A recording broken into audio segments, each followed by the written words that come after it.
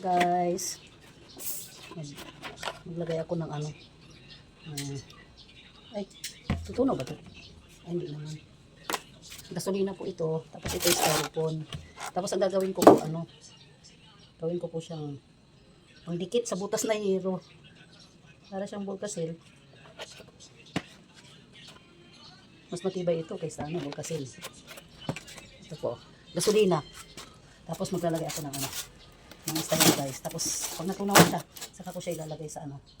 Yung butas na hero. Ito, natutunaw siya. Ito no. Kasi tumutulo yung aming bubong. Merong butas. Ayan, tutunaw na siya.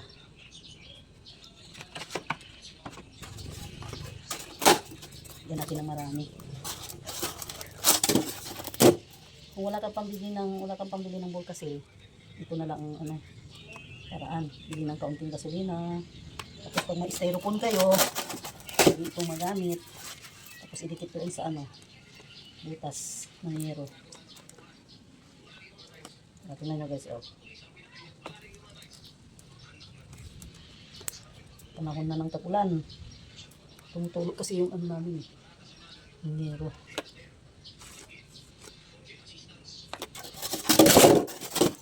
Mabili na naman.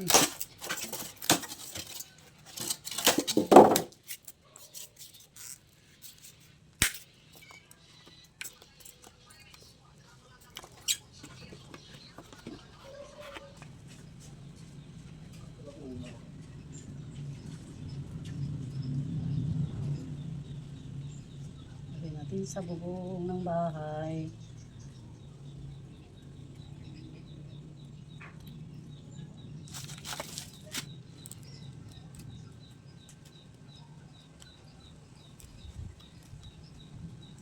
Madilim na naman. Kakauran na naman. Ayan guys, oh. Natunaw na.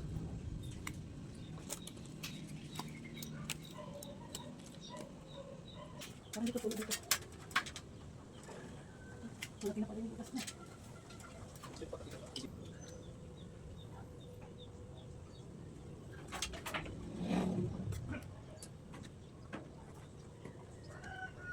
Wala ka naman tubig.